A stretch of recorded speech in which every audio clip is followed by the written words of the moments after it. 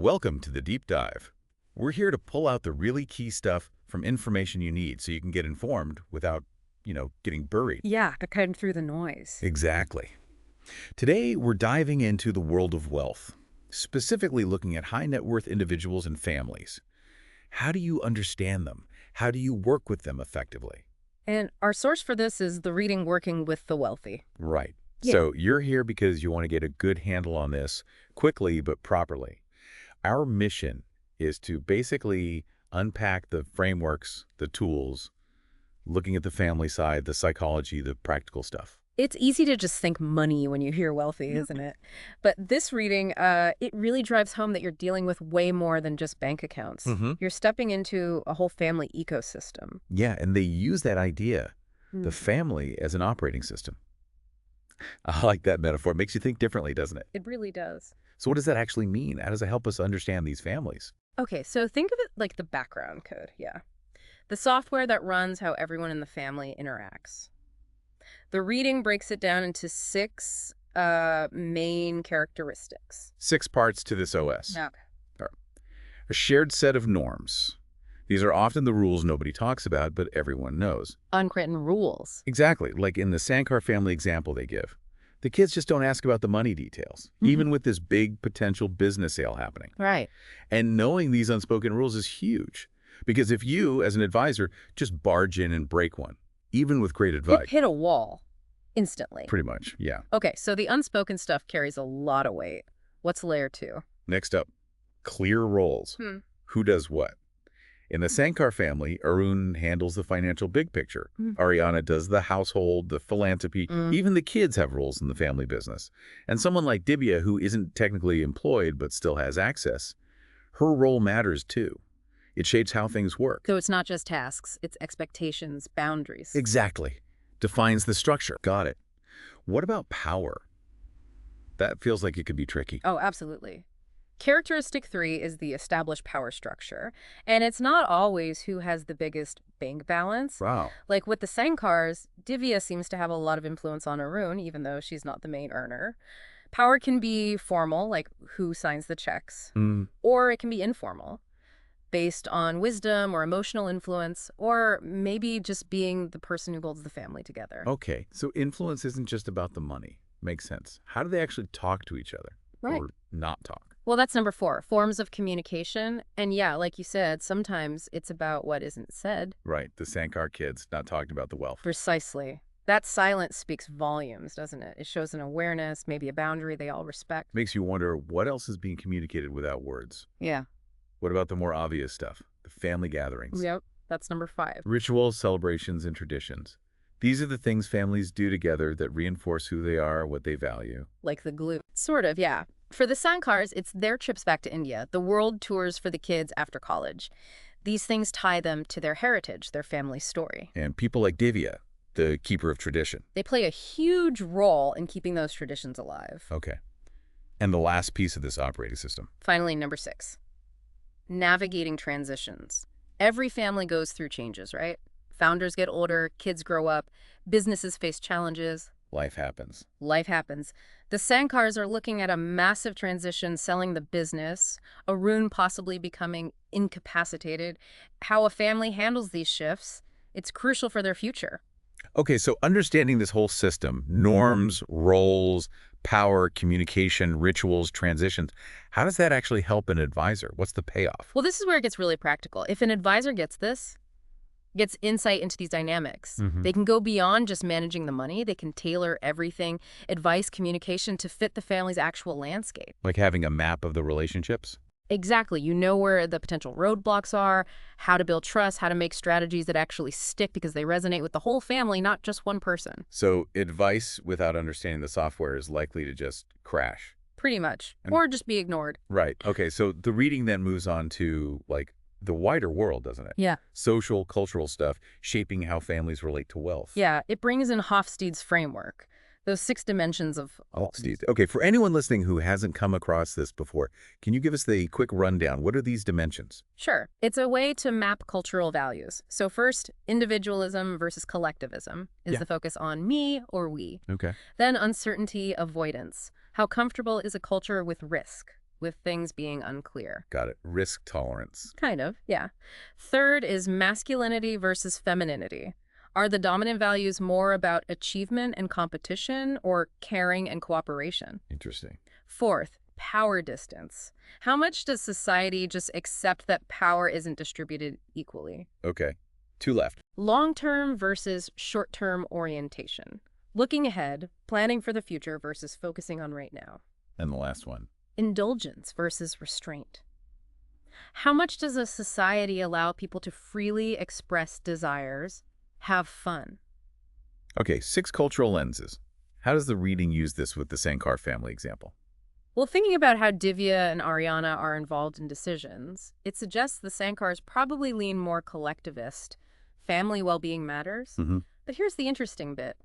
They might seem traditional, but Arun leaving medicine to start a business, Ariana supporting him, that points to a higher risk tolerance, lower uncertainty avoidance than you might guess. So you can't just look at one aspect. Exactly. Shows the danger of assumptions, right? Definitely. So wealth isn't just wealth. It's filtered through culture, personal experience. Precisely. And the reading makes a really key point here. The meaning of wealth can be totally different for each family member. It gets negotiated within the family. For Arun, maybe it's legacy. For Divya, maybe status or security. Ariana might see it as a tool for philanthropy. For Jaya, the daughter, maybe it's an expectation, a burden even. And those different views can cause friction. Huge friction. Yeah. Especially when big decisions about the money or the business come up. This leads us neatly into behavioral economics, doesn't it? How we actually behave with money often isn't what old-school economics would predict. Exactly. The reading contrasts it with neoclassical economics. Right, the traditional view. What are its main assumptions that behavioral economics questions? Okay, so neoclassical economics basically assumes 3 things about us. 1, we're rational. Our preferences are stable and consistent. Okay. 2, we always try to maximize our utility, our own benefit. We weigh all the info logically. Makes sense in theory. And 3, we make decisions independently, purely based on self-interest, and we have all the information we need. And behavioral economics pops up and says, actually... Pretty much.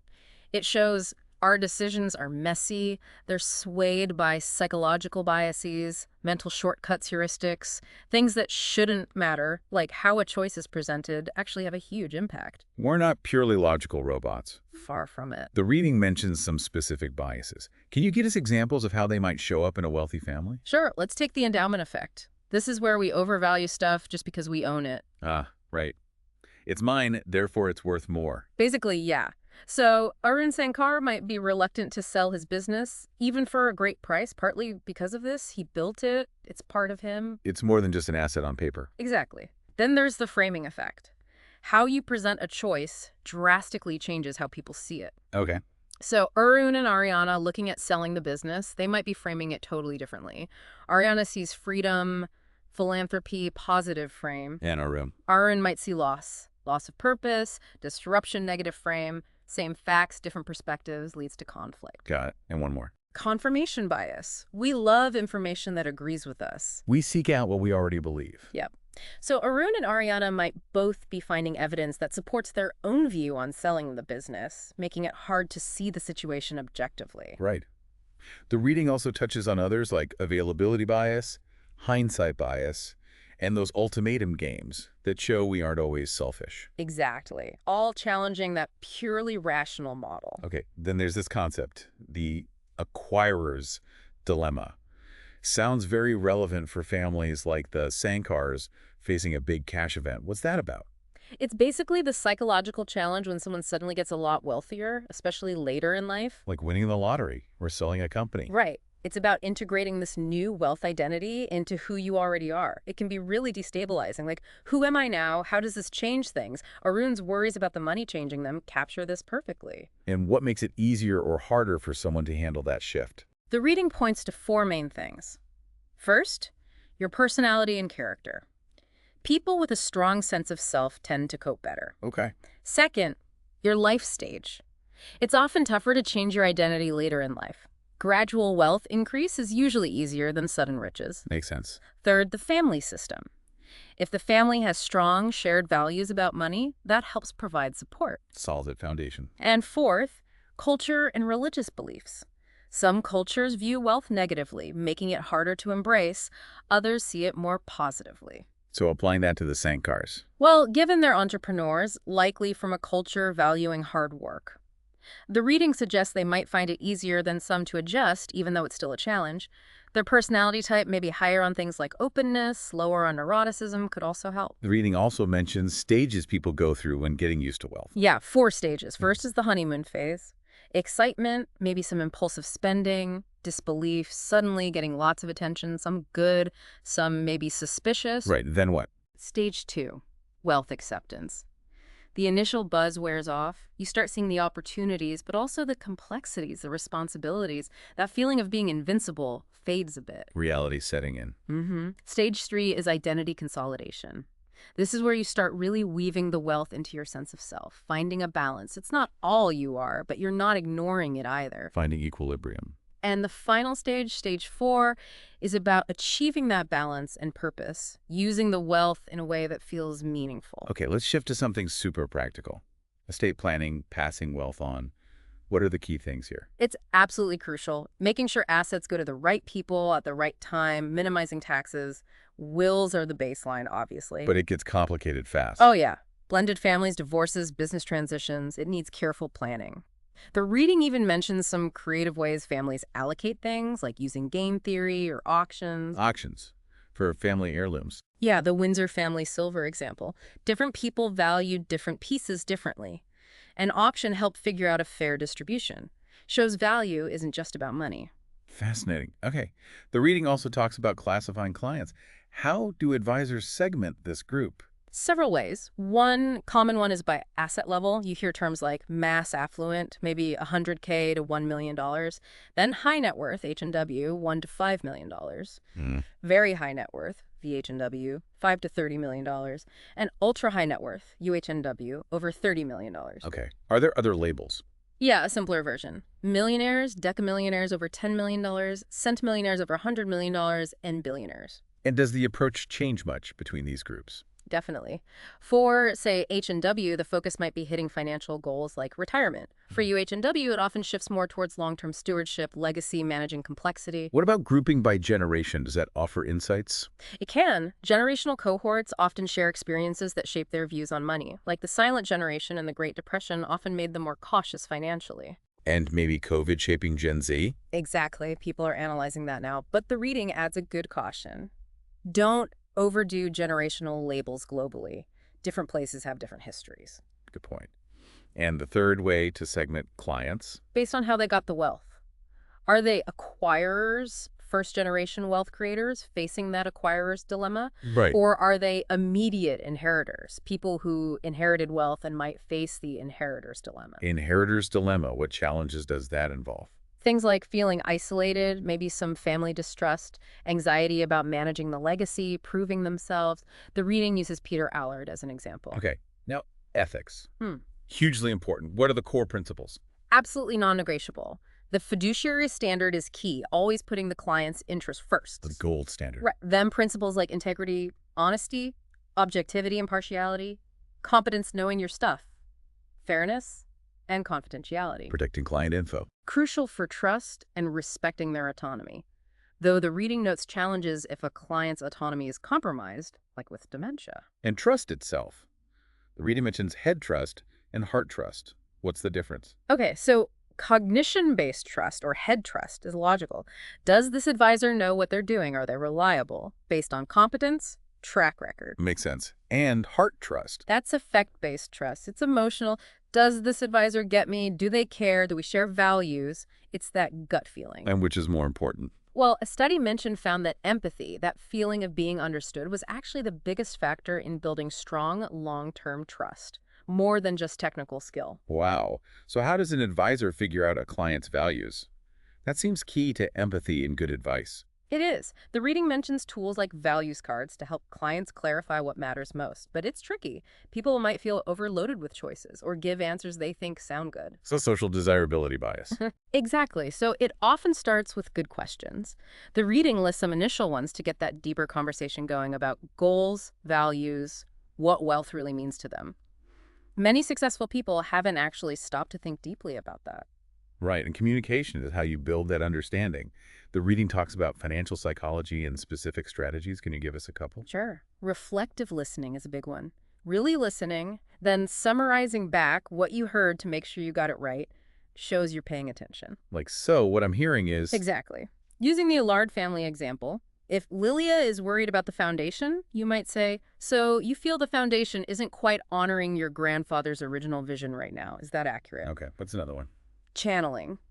This helps shift the focus away from maybe past problems or current worries towards future hopes. Moving forward. Right. With Peter Allard, who might feel burdened, you could ask, looking ahead, say, 5 years, what positive impact would you love to see the family wealth making? It opens up possibilities. Those sound like useful tools. Okay, let's zone in on the ultra-high net worth clients, the UHNW group. Alexei Tanaka is the example here.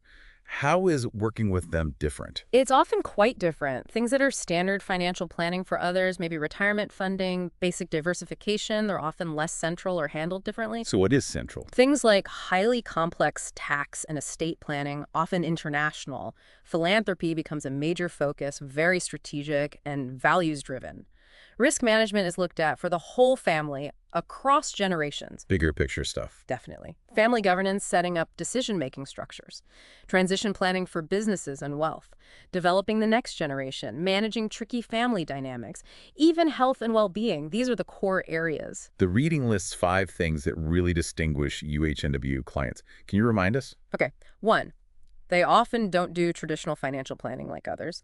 2, massive estate planning needs. 3, philanthropy is unique, personal, impact-focused. 4, very distinct views on risk and reward, balancing maybe entrepreneurial history with preserving capital. And 5, different expectations of advisors, sometimes preferring people from their own circles or who really get their lifestyle. And this is where family offices come in. Exactly. Family offices are basically private firms set up just to manage all this complexity for UHNW families. Tailored services. Highly tailored. Investments, taxes, educating kids about money, keeping the family connected and aligned to those kin-con bonds, kinship and economics working together. Let's talk more about these family offices. You Yeah. mentioned single versus multi. Right. The main split is single-family office, SFO, serves just one family. Multifamily office, MFO, serves several unrelated families. What would cons? SFOs offer ultimate customization, control, privacy. But they're expensive, might struggle to get top talent for everything. MFOs give you economies of scale, wider expertise, but less personalized potential conflicts between families. The reading has SWOT analyses for both, right? Strengths, weaknesses. Yeah. SFO strengths, family focus, customization. Weaknesses, cost, talent pool. MFO strengths, scale, expertise. Weaknesses, less personal potential conflicts. Are there other models besides SFO and MFO? Yep. Variations exist. Embedded family offices, EFOs within the main family business, virtual family offices, VFOs, which outsource more services, and professional or institutional family offices, PFOs, often linked to big banks. The reading gives typical net worth levels for each. Okay, moving towards the end now. Family governance and constitutions. The Martinez family of the case study. Why is governance so vital? It's crucial for managing wealth long-term, especially in big families. You hear that statistic about wealth often disappearing by the 3rd generation? Shirt sleeves to shirt sleeves in 3 generations. That's the one. Good governance, being professional, transparent, diligent, maybe having outside oversight is key to breaking that cycle. And what structures help? Things like a family mission statement, what do we stand for? A family council representatives making decisions. A family advisory board bringing in outside experts. And the family constitution. What's that? It's like the family's rule book, a formal document laying out values, principles, how they'll handle the business, investments, philanthropy, succession, resolving fights, all that stuff. And the Martinez family decided they needed one after a tough experience. Exactly. A past succession problem made them want to get ahead of issues for the next generation. The reading gives steps for creating interviews, explaining the point, drafting, meeting, getting buy-in. And the Martinez siblings had different views on wealth. It mentions money scripts. Yeah, fascinating stuff.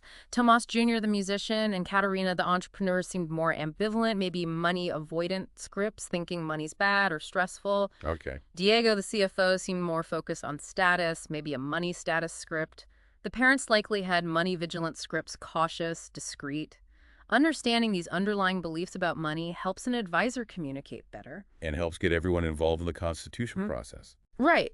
The reading suggests ways to engage even reluctant members like Thomas Jr. and Katerina, valuing their unique views, ensuring fair conflict resolution, linking it to legacy or philanthropy they care about, maybe having Diego mentor them financially. So we've covered a lot of ground here, digging into working with the wealthy. If you had to boil it down, what are the absolute key takeaways for our listener? I think the biggest thing is that working with wealthy clients is truly holistic. It's way beyond just investments. You absolutely have to understand family dynamics, the psychology, the culture, the ethics, the governance structures. It's the human side. Absolutely.